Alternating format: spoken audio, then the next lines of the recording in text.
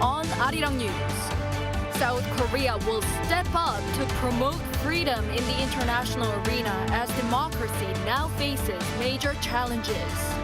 This in remarks by President Yoon leading a virtual leader-level discussion session on democracy, growth, and shared prosperity at the Summit for Democracy co-hosted with U.S. President Joe Biden and other world leaders.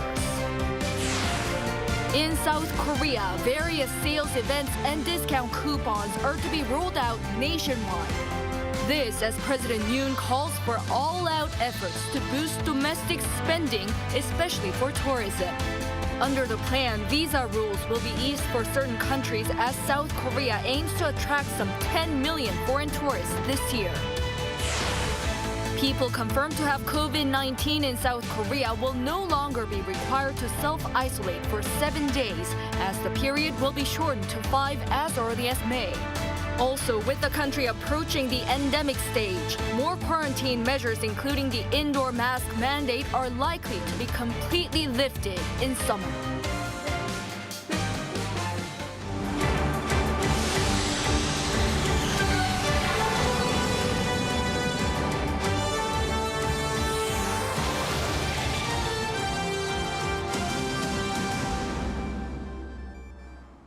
Good evening. It's 9 p.m. here in South Korea. Thank you for joining us on Arirang News.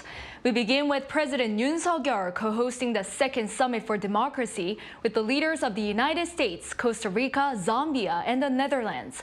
First launched in 2021 by U.S. President Joe Biden amid the rise of authoritarianism coupled with a backsliding of democratic institutions, the virtual summit aims to reinforce freedom and transparency with societies. President Yoon opened the second day's leaders session on economic growth and prosperity. Our presidential correspondent, Oh Soo-young, is on the line to bring us the highlights. So, hi Soo-young, President Yoon's session just ended. What were some of his key messages? Good evening to you, Tae-yong. Yes, the president certainly wrapped up the session on democracy, delivering economic growth and shared prosperity less than an hour ago. And it was a topic that's strongly relevant to South Korea's modern history of rapid economic development, which of course went hand in hand with its democratization following the Korean War and the spell of authoritarianism in the mid to late 20th century. Now, the context made it all the more meaningful for President Yoon to really emphasize the kind of values that make up the pillars of his foreign policy, which are freedom, prosperity, rule of law, and human rights. President Yoon noted that democracy around the world has been under threat amid a combination of geopolitical conflict and competition, which has greatly reduced multilateral cooperation. Here's what he had to say. 특히 지난 세기 인류의 자유와 번영을 이끌어온 민주주의가 중대한 도전에 직면해 있습니다.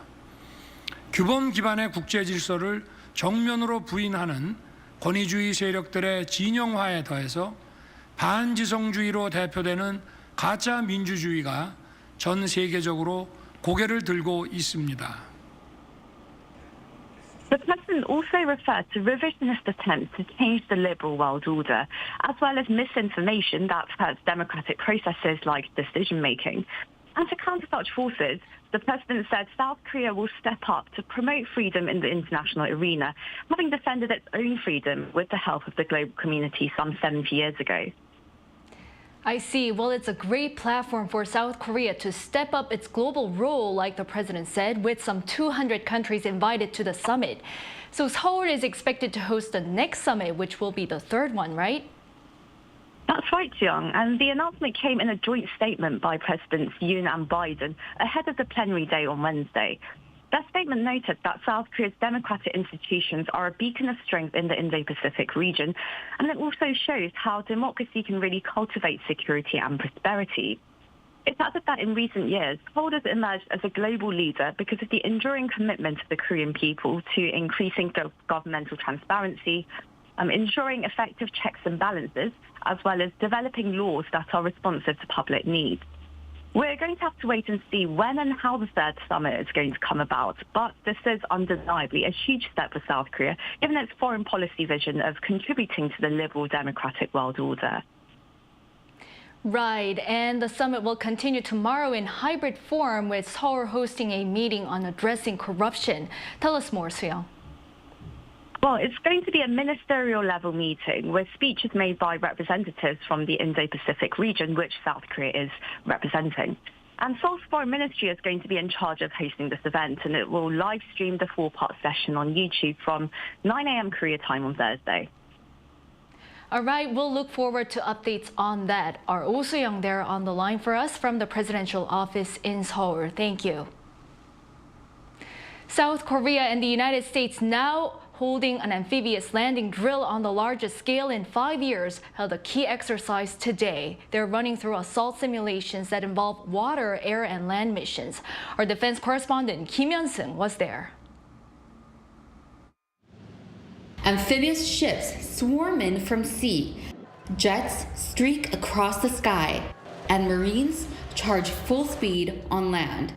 Some 500 South Korean American Marine forces have taken over Hwajin Beach in the southern city of Pohang for the Ssangyong drill, the largest combined amphibious landing drill in 5 years. And it's the day of decisive action, the centerpiece of this 15-day-long drill.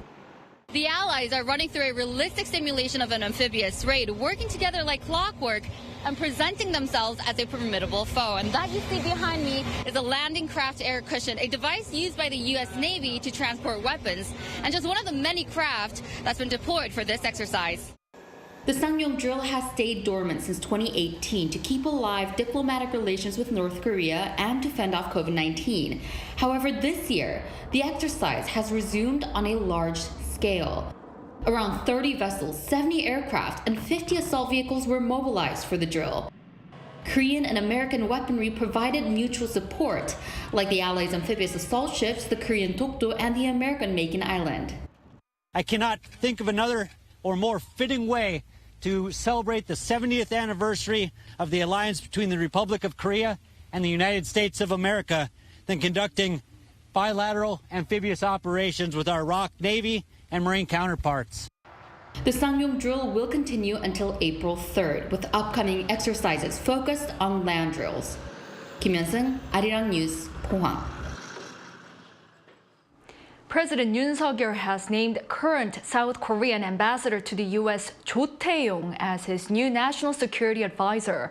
The announcement came on Wednesday, soon after Yoon's former advisor Kim Sung-han stepped down less than a month before President Yoon's summit with Joe Biden. Joe is a career diplomat who is well-versed in U.S. and North Korean affairs. He was serving as a lawmaker for the ruling People Power Party before being appointed as Seoul's ambassador to the U.S. last June. He previously served as the first deputy director of the Office of National Security, as well as the first vice foreign minister under the former Park Geun-hye administration. Sweden is a country that plays a very unique role in securing peace on the Korean Peninsula. Our foreign affairs correspondent Bae Eun-ji sat down with the Swedish ambassador to South Korea to talk about NATO and Sweden's commitment to security. Sweden has been a consistent contributor to maintaining security on the Korean Peninsula, with its unique abilities and knowledge about the region. During the Korean War, it supported South Korea by setting up field hospitals. Right now, it's a member of the NNSC, or the Neutral Nation Supervisory Commission in Panmunjom. It has its soldiers there to monitor whether the armistice is being implemented in the right way.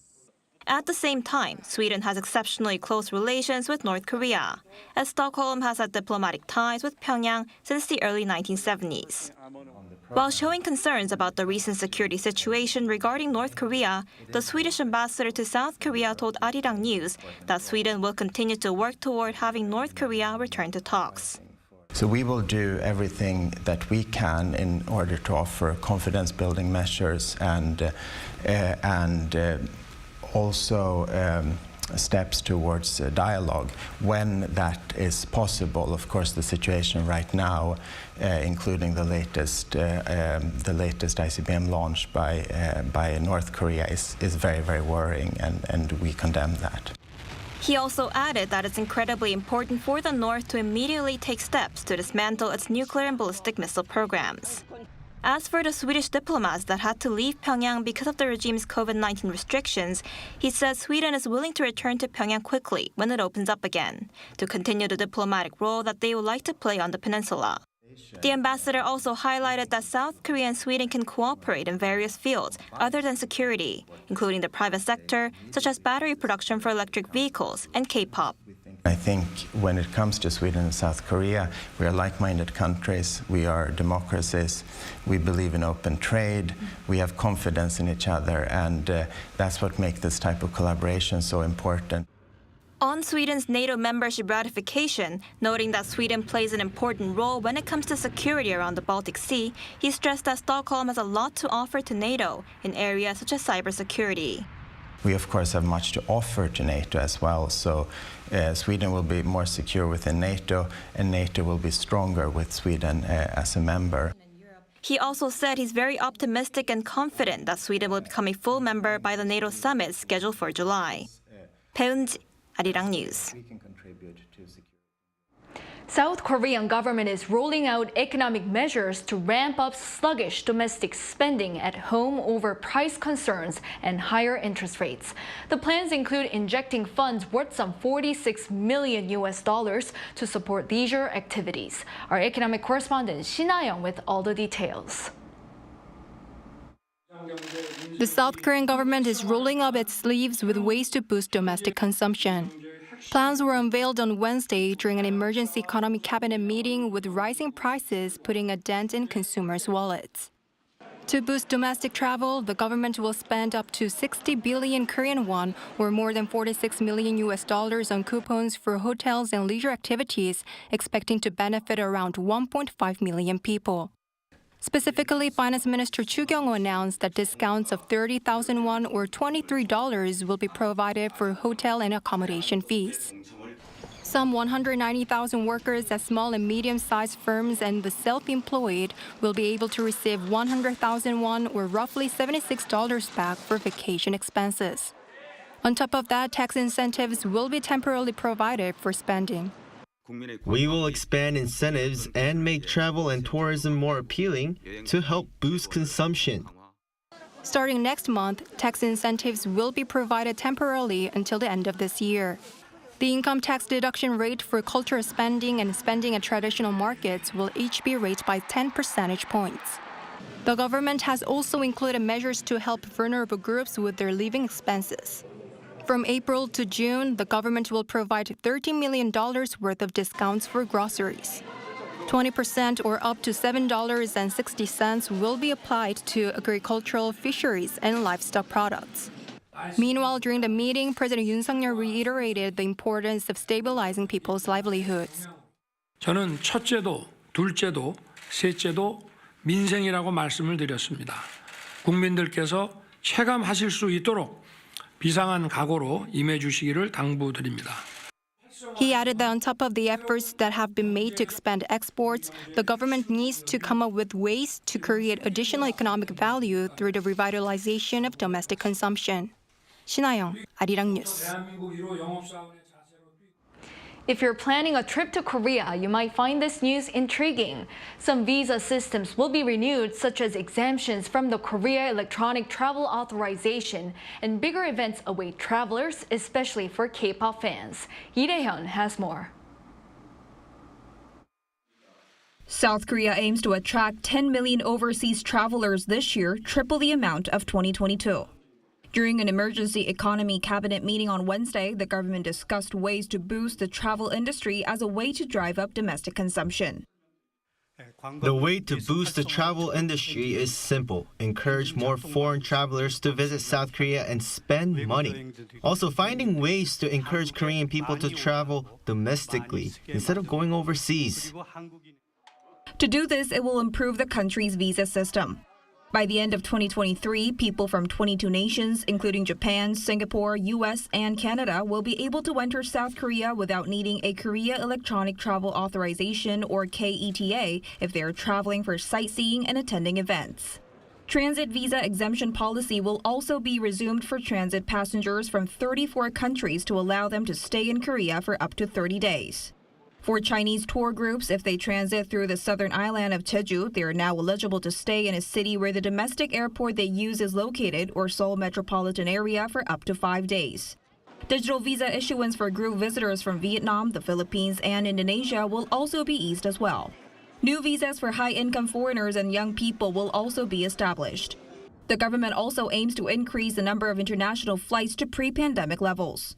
Flights to and from China will increase to around 950 per week by September from the current 63. Those from Japan will rise to over 1,000 flights per week from the current 863. To attract more domestic travel, the government also plans to encourage the working population to go on vacation while promoting special regional tourist spots. More large-scale events was also brought up during the meeting. There will be large K-pop concerts in major cities nationwide from May to October. To boost consumption, the government will expand sales channels for duty-free products. For the upcoming duty-free festival in May, shopping subsidies will be provided as well as 20% discount for major duty-free products. The government also plans to come up with a variety of medical tour programs and Korean food-themed travel packages as well. Lee Dae-hyun, Arirang News. In other news, people confirmed to have COVID-19 in South Korea will no longer be required to self-isolate for 7 days, as it'll be shortened to 5 days starting as early as May. And more measures towards endemic are on the way this summer. Our Ssangyong has details. The mandatory COVID-19 self-quarantine period for people infected in South Korea could soon be shortened from 7 to 5 days as the government considers downgrading the COVID alert level. Prime Minister Han Duck-soo said a decision will be made in early May. In May, a decision will be made on whether to lower the COVID-19 alert level from serious to caution, together with a reduction in the quarantine period from 7 days to 5 days. This would be the first downgrade in the COVID alert level since February 2020. And it means the remaining restrictions will go away as well, including the rule of mask wearing in facilities like hospitals and pharmacies. The South Korean government sees the COVID situation stabilizing thanks to a high rate of vaccination. At the same briefing, Tae-yong, the chief of the KDCA, spoke about a specific roadmap to where COVID would be considered endemic. The roadmap shows 3 steps on the way back to normal life. In the first step, the quarantine period will be shortened to 5 days once the COVID alert level is lowered to caution based on the WHO's decision coming up in May. Second, remaining restrictions, including mask wearing in high-risk facilities and self-isolation, could end completely in July. Lastly, in the third step, the government will manage COVID-19 as a regular disease like the flu. Also, no more daily updates regarding the number of COVID-19 cases. Finally, after a 3-year battle, COVID will soon be endemic. Prime Minister Han called the shortening of self-quarantine the first step toward ending the long fight against the COVID-19 pandemic. Ssangyong, Arirang News.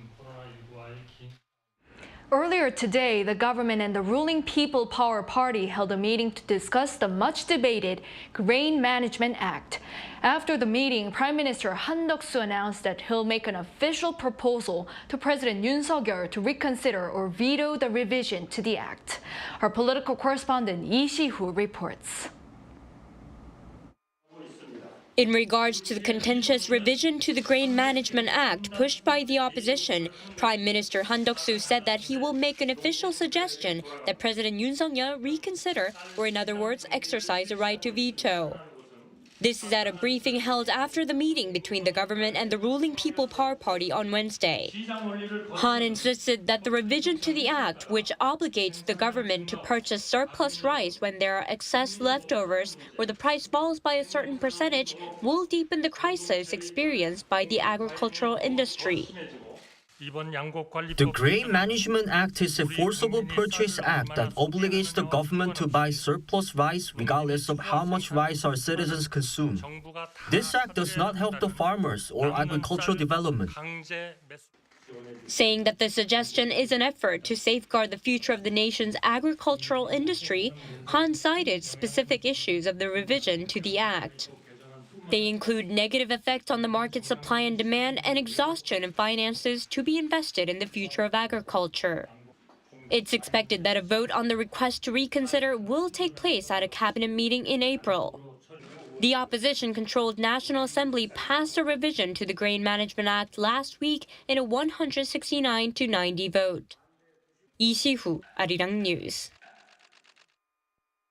Spring appears to be in full swing in Seoul and elsewhere in the nation. Perhaps one of the best places to check out this blossoming beauty is at the royal palaces. Our Shin Se-byuk provides a glimpse of the beautiful scenery at these places are offering. As spring arrives, royal palaces are awash with colorful blossoms. Visitors to Changdeokgung Palace, one of the 5 major palaces from the Joseon dynasty, get to enjoy this lively season. It's been really amazing so far, being able to come see the castle, especially the cherry blossoms at the backdrop of, all of the kind of historical architecture. It's just a very calming place to be. It's very nice. Everyone in the traditional clothing as well, so it's very pretty sights. All the flowers, all the older buildings as well. It's very cool to see. This time of the year, special guided tours are also available. The seasonal tour offers visitors a chance to explore the Nakseonje Hall, a Korea's traditional structure that is known for beautiful architecture and stunning gardens. What's more, those who signed up for this exclusive tour can enjoy the sacred garden. Standing next to the pavilion towering over the garden hill, tourists get to capture a beautiful view of the spring landscape in one glance. The tree standing alone in the field evokes a sense of tranquility. The famous apricot tree in the neighboring Deoksugung Palace also signals a season of new beginnings. Tourists can travel back to the Joseon dynasty during the 90-minute guided tour. A rare glimpse into the interior halls and backyards is a charm. Someone put me onto this special tour of Deoksugung Palace in Seoul, and I managed to snag a ticket despite it being in high demand. It was a sweet experience, being able to check out the palace's interior in more detail, including some paintings and artifacts that are usually off-limits to the public. Tourists can enjoy spring scenery in the royal palaces until the first week of April. After that, the Gyeongbokgung Palace nighttime viewing tour will present beautiful whipping cherry blossoms and azaleas that brighten Seoul's night sky. Shin Se-byuk, Arirang News.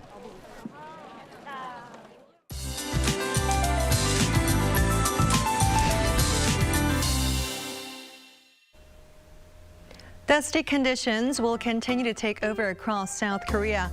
This is because warmer air is triggering more dust particles to flow in from overseas. Western parts of the country in particular will see poor air quality, and that includes the Seoul metropolitan area. And for the morning hours, parts of Chungcheongbuk-do and Gyeongsang-do province will see air quality standing in the bad category. And do expect wide temperature gaps of more than 10 degrees tomorrow. While morning lows will be in the similar range as today's, daytime readings will get warmer. While Seoul will see a difference of 14 degrees, southern regions will see a bigger difference due to the influence of a high-pressure system. A wide gap of more than 15 degrees is expected for places like Jeonju and Kimcheon. For tomorrow morning, inland regions will see clear skies. Seoul will be starting off at 7 degrees. And highs in Seoul will get up to 21 degrees. Daejeon and Gwangju 24. Busan will be reaching 21 degrees. And for the remainder of the week, temperatures will be warmer than the seasonal norms. That's all for now, and here are the weather conditions around the world.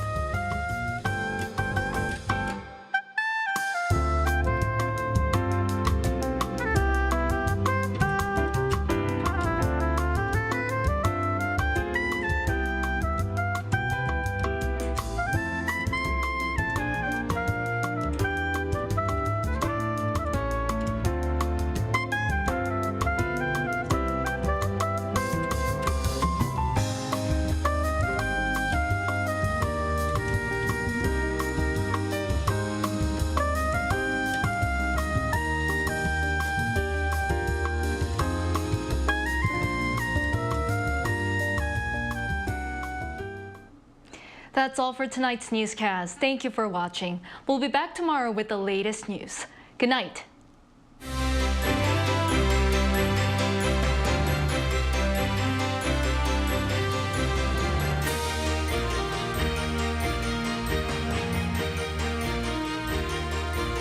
I'm live.